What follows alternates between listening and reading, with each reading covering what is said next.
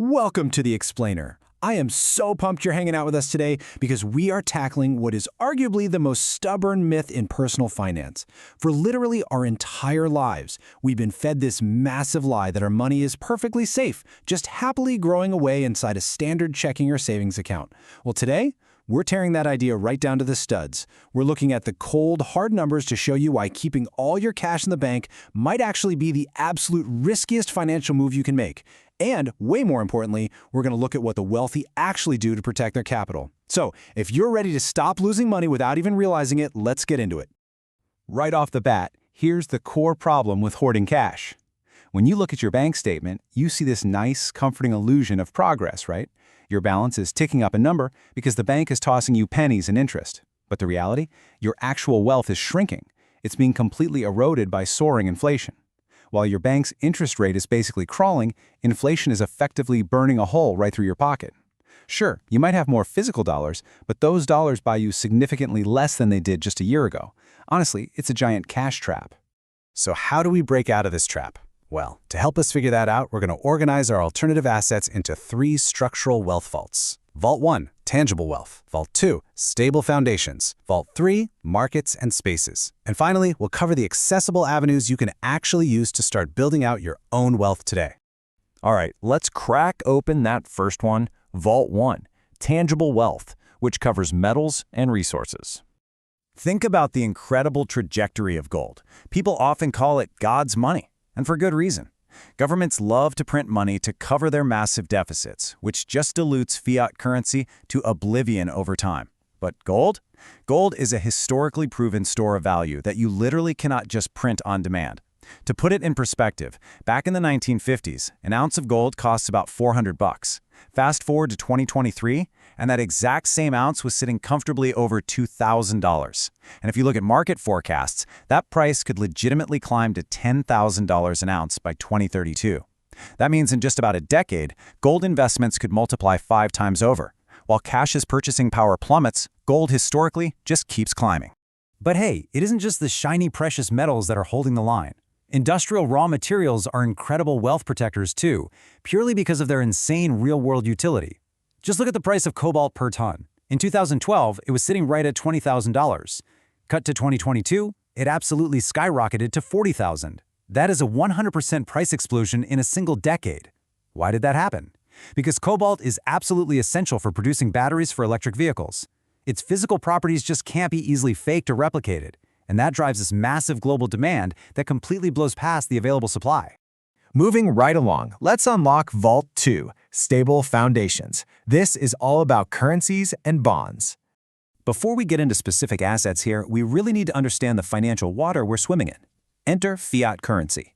By definition, this is just paper money made legal tender by government decree. Ever since President Nixon completely scrapped the gold standard way back in 1971, the US dollar, and actually pretty much all global fiat currencies, are no longer backed by physical gold.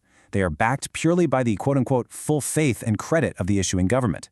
The massive takeaway here, your cash is literally only as stable as the government that prints it. Because of that slightly terrifying reality, the ultra-wealthy actively hunt for the most stable geopolitical environments on the planet.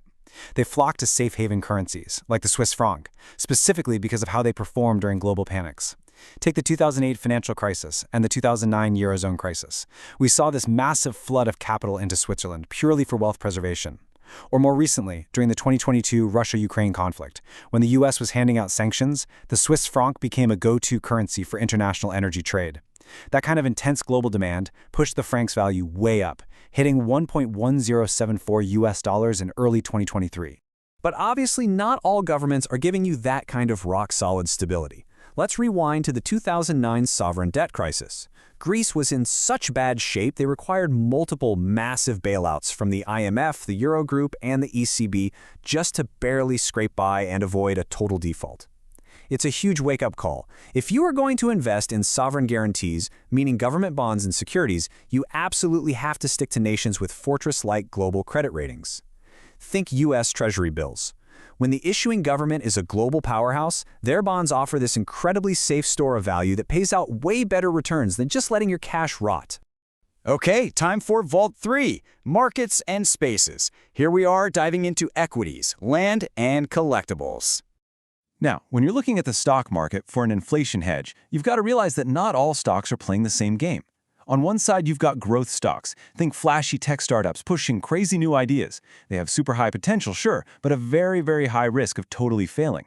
On the flip side, we have value stocks. These are your established, boring but beautiful companies. They offer steady appreciation and really stable dividends. Take a company like Nucor, which deals in industrial metals. Value stocks are a vastly superior, far lower risk way to outpace inflation simply because they rely on established, predictable human demand. But honestly, you want to know one of the most bulletproof stores of value in history? It's literally the ground we walk on. 3 times. That is a massive number. According to a Bloomberg study, that is exactly how much housing prices multiply between 1992 and the 2020s. Tripled. Accountants literally classify land as a non-depreciable asset, and for a very good reason. They just aren't making any more of it. Whether you need it for homes, schools, agriculture, or building commercial spaces, land is in perpetual demand. It is the ultimate wealth protector. And speaking of things they aren't making anymore, prepare to have your mind blown for a second. 135 million euros. That was the unbelievable sale price back in 2022 for a 1955 Mercedes-Benz 300 SLR Uhlenhaut Coupe. I mean, think about it. For a normal car, the value absolutely tanks the second you drive it off the dealership lot. But vintage items and ultra-rare collectibles, they completely flip the script on depreciation. Just like a fine wine, true absolute rarity only becomes more insanely valuable as the years tick by. We see this exact same rule playing out in the high-end art world, too. Back in 2017, a Saudi prince dropped a record-shattering $450 million at a Christie's auction for Leonardo da Vinci's Salvator Mundi painting. The ultra-rich deliberately use these hyper-rare collectibles, whether that's fine art, luxury handbags, or super limited edition watches, as these timeless financial time capsules. They totally understand that in a world awash with depreciating, easily printed cash, extreme uniqueness always commands a massive premium. All right, bringing us into Section 4, Accessible Avenues to Build Wealth. Now, I know what you're probably thinking right now. Okay, this is super fascinating, but I don't exactly have $450 million to drop on a Da Vinci, and my garage isn't big enough to stockpile a ton of cobalt. Totally fair. But don't worry. Let's demystify how you can get into, say, real estate without having to buy an entire skyscraper. Enter REITs, which stands for Real Estate Investment Trusts. Essentially, these are companies that own or finance income-producing real estate.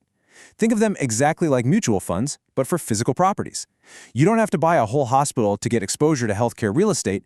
You can just grab some shares in a REIT like Ventisync, which owns a ton of senior housing and research facilities, and boom, you instantly own a slice of that incredibly robust property market. Let's wrap this all together with some real actionable bridges into these asset classes that you can literally walk across today. Want gold or foreign currency exposure? You can jump into gold ETFs and Forex brokers with as little as $100. Looking for those rock-solid sovereign guarantees?